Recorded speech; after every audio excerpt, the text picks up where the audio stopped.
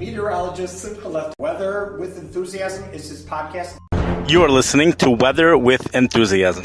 It is June 14th, 2023. A very magnificent weather map is developing this evening. Something more magnificent than any other episode in this podcast mentioned in regards to the weather for the synoptic weather setup this evening into tomorrow. Focused generally in the southeast portions of the United States, extreme severe weather, level risk of 4 out of 5. The National Weather Service in Tallahassee, Florida says this is unprecedented for the month of June. This is not a summer jet stream at all. The jet stream is very powerful. Also, forecasters said a Derecho may develop, which goes around 400 miles and covers hurricane-type damage.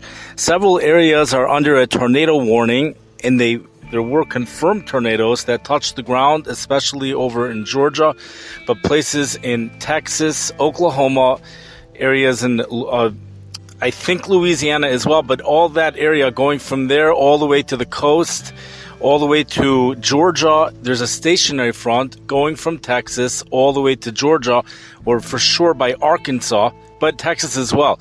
What's happening, one thing that's happening, there's a lot of things happening, but let's focus right now on the next weather event, which is magnificent. It's a heat dome that's forecast to arrive. It already has arrived, but especially Friday night is really when it takes over cities like Dallas. And temperatures will be in the hundreds even before Friday night.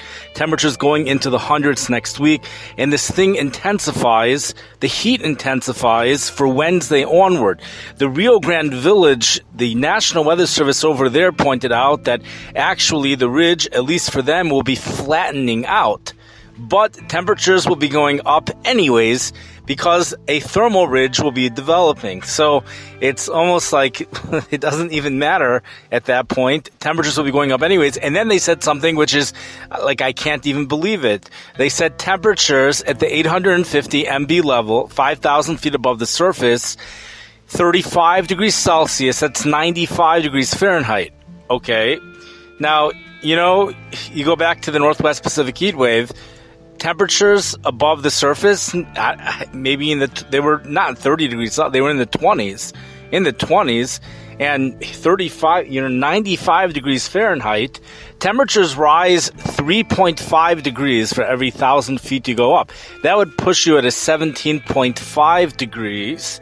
By the time it hits the ground, a 17.5 degree rise from 95 degrees. It puts you at temperatures of 112.5. In reality, there are times, they say, especially this time of the year, there are places where you could expect a 24-degree rise. That's the max that I've ever seen, but I'm sure forecasters who have been doing this for many, many years probably have seen more, and there are times where we see significantly less, especially in the winter. It could only be 10 degrees, or sometimes it's even warmer up there than it is on the ground. But let's say you have a 24-degree rise, so then we're talking about temperatures going up to 119 degrees. And already today, we saw a heat index. Apparently, McAllen, Texas, hit a heat index of 120, but it was going back and forth between 108 to 120. It's either that or it was the temperature. The National Weather Service in Brownsville wasn't clear, but I couldn't find any place which had a temperature of 120, so I assume it's the heat index. The humidity is just skyrocketing. What we have around, it's called the Ring of Fire. The Ring of Fire is when powerful storms develop. Continuous lightning, it's lightning, that's the fire, which is around a heat dome, and that's due to the intense energy. Both the temperatures and the dew points are forms of energy. The humidity is also a form of energy. In a certain way, it's actually even more efficient form of energy, and it produces these severe storms, and that's what's developing. So when you have a heat dome with this type of intensity, it's no wonder that we're getting such severe storms. But on top of that, apparently we also have a powerhouse jet stream. I have no idea why we have that. Even without that, though, we would have this, the Ring of Fire. But here we have this jet stream. And the Tallahassee, as we mentioned, the Tallahassee National Weather Service says that this is something which is unprecedented. Some of the numbers that we've mentioned in the past, yesterday really, from the Brownsville National Weather Service, is that at the 500 MB heights, this high pressure was expected to reach 595 decimeters. The New Orleans, Louisiana mentioned a different number, 591. We mentioned last year Memphis, Tennessee had a 594 decimeter high, which produced temperatures in the hundreds over the weekend. Here's the big thing. Baton Rouge, Louisiana is forecasted to have an afternoon high right around 100 degrees, and Baton Rouge has only reached 100 degrees 6 times since 1870. Now, you look at the European computer model, it shows a high of 99. You look at the GFS model, a high of 103, or 101 to 103. 103 might be later next week, but that's the windy.com. That's what they advertise. What's happening later next week,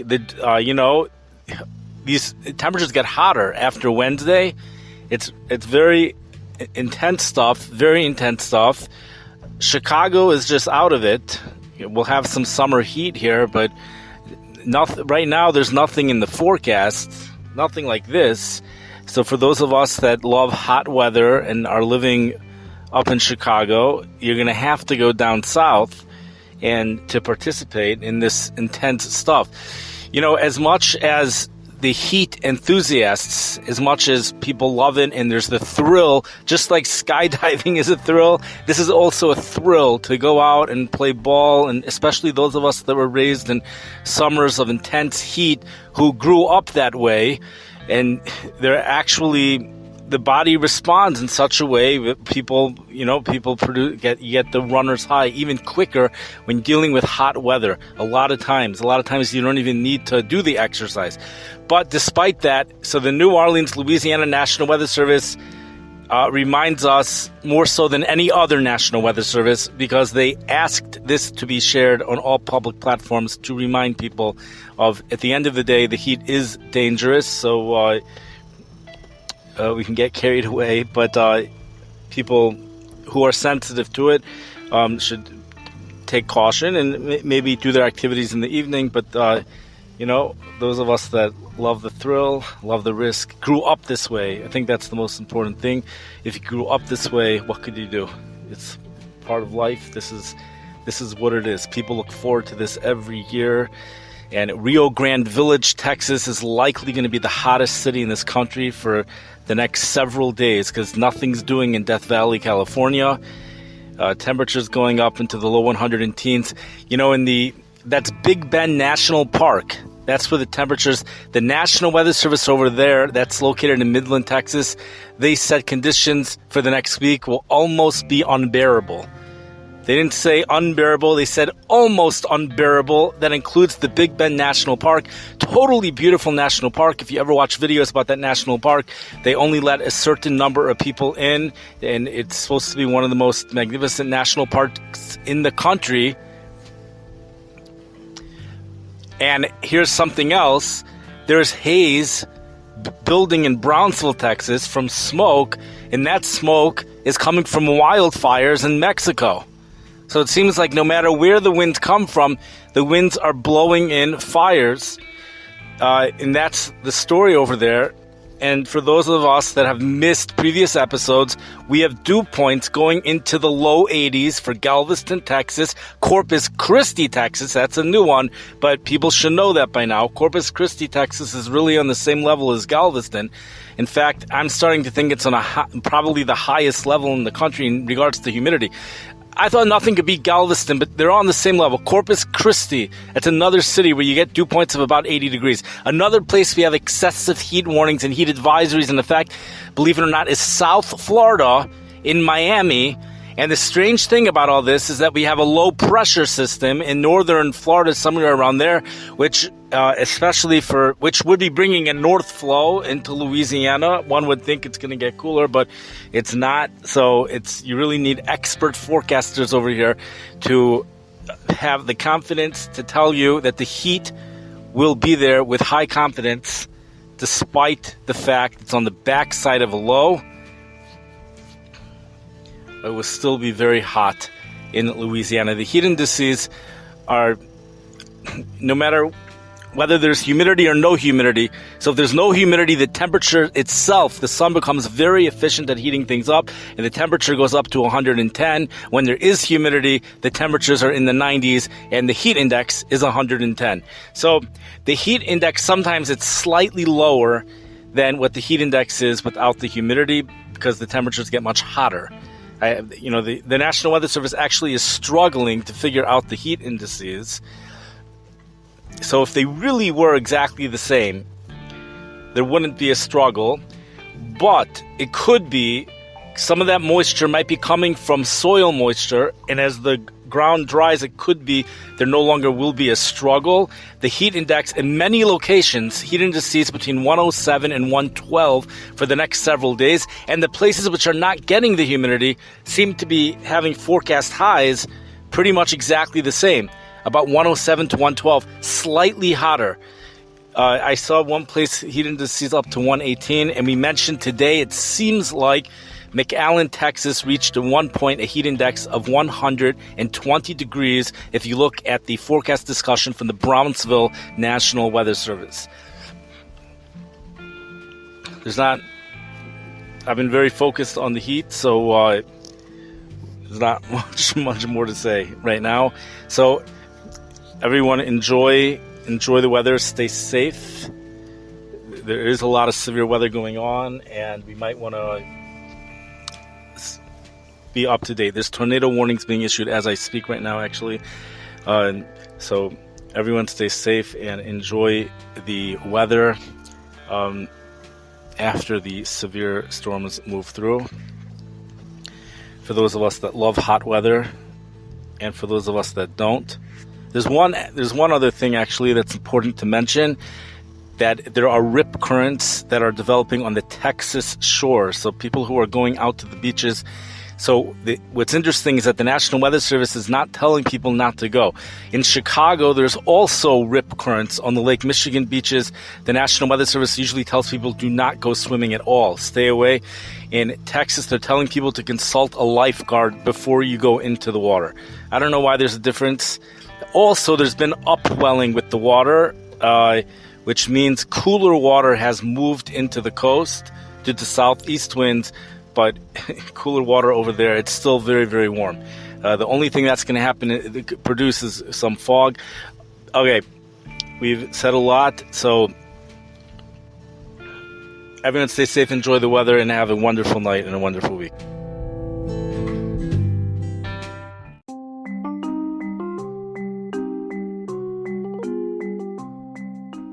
You've been listening to the podcast, Weather with Enthusiasm.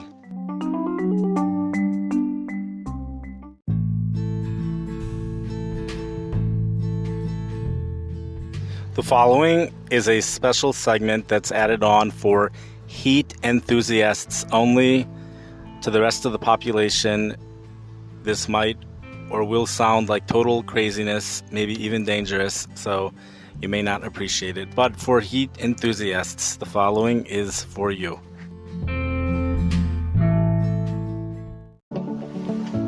For those of us raised well before the invention of the heat advisory, and in cities which get hot summers, those of us who are outdoor enthusiasts, especially who love ball playing, nothing could be more exciting or bring a moment of happiness with more intensity than the weather forecasts that we are hearing right now for a city such as Dallas, Texas. There's no question the city has hundreds of heat enthusiasts which are just counting down the days. Of course, it happens every summer, right? But in the year 2021, the first 100-degree day didn't occur till a month later, one of those years. So it doesn't happen every year where we hit 100 so early, but hundreds with a type of heat that the Midland, Texas National Weather Service says is almost unbearable will be taking place over the city for the next week, maybe even longer. There's no end to the heat in sight. People who love playing ball and getting an extra runner's high from heat like this are no question in seventh heaven right now. And the good news is once it's here, it's here. It's here to stay.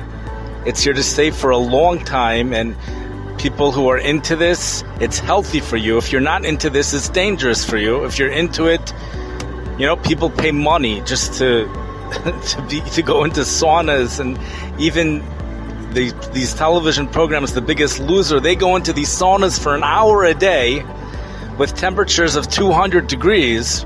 175 to 225 degrees are temperatures that can commonly be found in a sauna. Here we're not speaking about anything similar to that. Back in the days before the invention of the heat advisory, even after the heat advisory, ball players continued to play ball. Professional sports never got canceled in any of these cities. People would play games of driving home with the parked car as hot as an oven without even opening up the windows. In the days before air conditioning, the summers were even hotter in the Midwest when you go back to the Dust Bowl years. This whole idea of staying indoors is something which, to some of us, some of the population here, is not only unheard of, it's abusive to those of us that get the runner's high. So to the group of us that live for weather like this is an extremely exciting and happy moment, and something that the rest of the country is only jealous of. For those people who are living in Texas and Louisiana, I wish all of you a week of hatzlacha, of enjoy it while you have it. And I think the northern cities don't have the slightest idea what they're missing out on.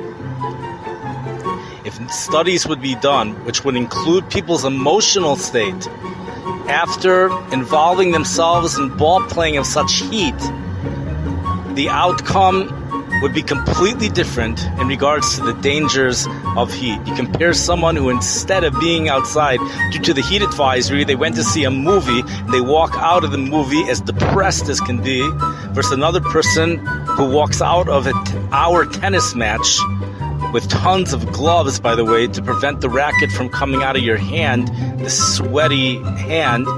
When a person serves, they're certain to destroy many rackets that way. Coming out of a tennis match with a Slurpee in an air-conditioned building, compare the two. One of them is on a high, and the other one is depressed as can be. Which one has a stronger immune system? There is no question. The outdoor enthusiast, the heat enthusiast, is much better off. So we respect the New Orleans, Louisiana National Weather Service.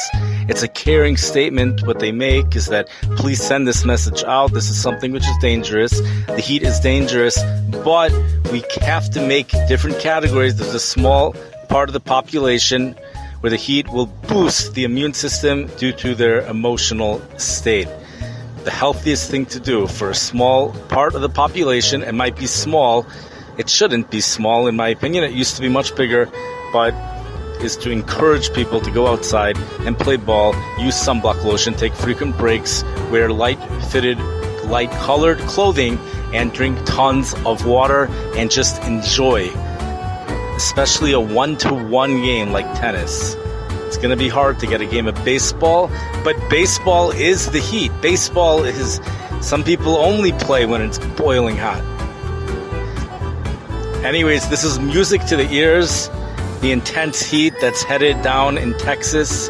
There are those of us that have an absolute fascination with heat.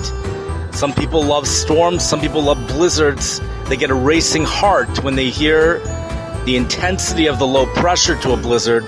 Other people get a racing heart, our heat enthusiasts, when they hear the number, the decimeters associated with this mid-level to upper-level heat ridge going into the 590s. It's difficult to say without a racing heart. If you have true empathy, if you live outside of that area, you could only feel the true happiness for them if you have empathy. And how we wish this would spread across the entire country so that all of us can take full advantage of it. And those people that don't like the heat, just stay in your air-conditioned building all day. That's all you have to do. I wish everyone a wonderful week. Enjoy the weather. Hundreds for Dallas, 100 in teens as you go to the west of Dallas. 100 degrees for Baton Rouge. No end to the heat in sight. Heat starts tomorrow, but in many places starting Friday. In New Orleans, Louisiana, National Weather Service tells us that the heat ridge will have its most minimal impact on them on Friday. So for them, you're going to have to wait till after Friday. And regardless of whether it's a heat ridge or no heat ridge, right after the heat ridge breaks down, there's a thermal ridge that moves in. It's going to get even hotter with that. So it looks like a long season of very hot summer weather for that area. Enjoy.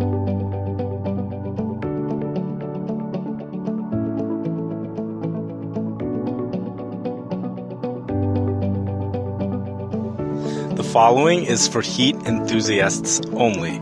If you're not a heat enthusiast, please go elsewhere. This isn't something that will be good for you. One of the most exciting moments is headed for those of us that love the summer, love to play ball in the summer heat. Probably the most convenient sport. If someone loves playing ball in over 100 degree weather, I come from a community where at least there's a little click in the community where your status in the community is dependent upon the number of hours you play ball when it's in the mid-90s with high humidity or in the hundreds with no humidity. And I'm sure there are hundreds of people like this. And unfortunately, there's no place to turn to. People like this feel very lonely because nobody gets it. Nobody gets it. If you're not into this, don't do it. But if you're into it, this is going to be the pulse. This is the pulse of your blood. And this is something that you have to take full advantage of. And it is very, very healthy. People pay money to go into saunas, which are 180 to 225 degrees. Granted, they're only there for 10, 20, sometimes 30 minutes. But, you know, in that show, The Biggest Loser, where they lose weight, they're in the sauna for an hour. So they're in the sauna for an hour. Granted, over here, you're playing ball, but the temperatures are much lower than what you would find in the sauna. I've seen camps with kindergartners with temperatures over 100 degrees daily. This happened back in 1988. Nobody stayed home. Everyone was outside. This was in the days before the heat advisory. These were in the days where the National Weather Service issued advisories for animals. You bring the animal inside. If a dog, if you can't walk on the pavement because it's too hot, neither could your dog. People should be looking in the car, making sure that the cars are empty. Don't leave any child in the car when temperatures are this hot. That's the things that people should be worried about in regards to themselves. This is the people who are not into it, I think they're missing out on a tremendous opportunity, especially the youth who could be playing ball and instead they're inside. And many times, especially those living on the coast, many times temperatures don't actually reach the true heat advisory criteria. But even if it does, this is a true experience that those of us who are already into this, those of us that are already doing it, we're doing it anyways. So this is something that we do not want to miss. And those of us that are not there, we could at least imagine that we are there. I want to hear from the crowd at this point. Anyone who is not a heat enthusiast has certainly turned this off by now. The only people left are the heat enthusiasts. There's no question. There's no question we're going to hear a major cheer. Oh yeah, that's the way to go. That's the way to go. All these tennis players. I'm going to say some advice, however. If you do play tennis and you have a normal serve, a good or even a better than normal serve, and it's the high humidity, there's so many rackets a person could break as the sweat and the rackets just fly out of the hand, and rackets are a lot of money.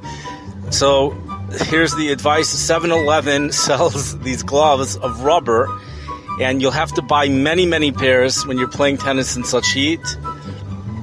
I personally think you're best off doing it in the middle of the day when the sun is out, because the sun will at least evaporate the sweat, and at night it's just every moment you'll be switching gloves. But, you know, and also it's more fun, there's more of a thrill, there's more exciting, and it's healthier. You get more of a runner's high when you do it during the day. And always remember, go into an air-conditioned building afterwards and get your Slurpee from 7-Eleven. It just feels so amazing. So Because of how old are you? There's hundreds of people out there that are going to be doing this either way. And if you don't, you're going to be stuck inside for an entire week, maybe even more. If you don't, it's I don't know what to say. All right. Thank you for listening, and really enjoy this weather.